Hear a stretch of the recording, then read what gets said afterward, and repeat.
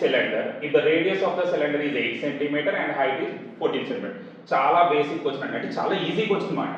అంటే మరి అంత ఈజీగా అంటే మనకి 25 క్వశ్చన్స్ ఉన్నాయంటే 25 కాంప్లికేటెడ్గా అయితే అడగరు. సో ఖచ్చితంగా 20 క్వశ్చన్లు డెడ్ ఈజీగా ఉంటాయి. ఒక 5 క్వశ్చన్స్ కొంచెం ట్రిక్కీగా ఉంటాయి అన్నమాట అంతే. అందుకని సీజీఎల్ కట్ ఆఫ్ అనేది పెరిగిపోతూ ఉంటుంది అన్నమాట. 150 ప్లస్ వస్తే కానీ మనకి ప్రిలిమ్స్ క్లియర్ అవ్వట్లేదు. సో ప్రతి క్వశ్చన్కి ఆన్సర్ చేసేలాగా ఉండాలి. ఇది చెప్పాలంటే బేసిక్ క్వశ్చన్ అండి. సిలిండర్ యొక్క వాల్యూమ్ ఫార్ములా తెలిస్తే చాలు క్వశ్చన్కి ఆన్సర్ చేసేయవచ్చు. సో సిలిండర్ అనగానే మనకి షేప్ ట్యూబ్ లైట్ అండి, ట్యూబ్ లైట్ లాగా ఉంటుంది లేదా డ్రమ్ము. సో ఇవన్నీ కూడా సిలిండర్ యొక్క షేపే. సో పైన ఒక సర్కిల్ ఉంటుంది, కింద ఒక సర్కిల్ ఉంటాయి, రెండు కూడా ప్యారలల్ సర్కిల్స్ అండి. దీన్ని మనం రేడియస్ అంటే రెండు కూడా ఈక్వల్ సర్కిల్స్ మాట. ఈ రెండు సెంటర్స్ ని జాయిన్ చేస్తే దీన్ని హైట్ ఆఫ్ ది సిలిండర్ అంటారు. అయితే సిలిండర్ యొక్క వాల్యూమ్ గురించి అడిగారు కాబట్టి పర్టికులర్గా అది ఒకటే డిస్కస్ చేద్దామండి. ఎందుకంటే మనం మొత్తం వెళ్ళాం అనుకోండి లెంది అయిపోండి. సో వాల్యూమ్ యొక్క ఫార్ములా అండి. వాల్యూమ్ ఫార్ములా ఏంటి?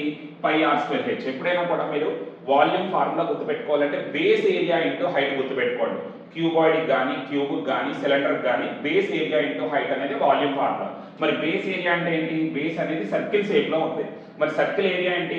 Pi r square. హైట్ అంటే h. So base area into height అనే ఫార్ములా మీరు గుర్తుపెట్టుకుంటే సిలిండర్కి వాల్యూమ్ రాయగలరు, క్యూబాయిడ్కి వాల్యూమ్ రాయగలరు, క్యూబ్ కూడా వాల్యూమ్ రాయగలరు.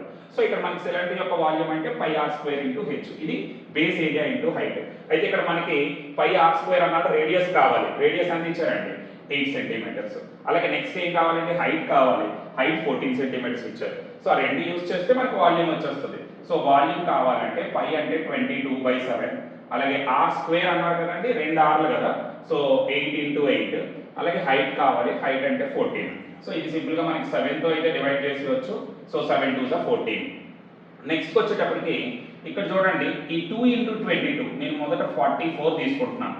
చూడండి ఈ రెండింటిని మల్టిప్లై చేస్తాను. చాలా జాగ్రత్తగా గుర్తుపెట్టుకోవాలండి మల్టిప్లికేషన్. అందరూ చాలా కాలిక్యులేషన్ అవాయిడ్ చేస్తారు, సరిగ్గా పట్టించుకోరు, కానీ అది చాలా ఇంపార్టెంట్.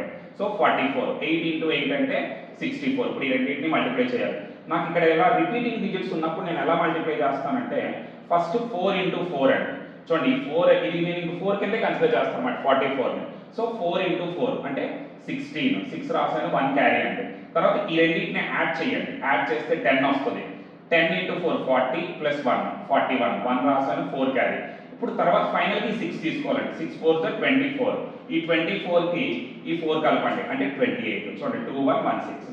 మీరు చేసే కాలిక్యులేషన్ కూడా మీకు టైం సేవ్ చేస్తుంది. సో 2816 అనేది దీని ఆన్సర్. ఇది చెప్పాలంటే డెడ్ ఈజీగా వచ్చినాం.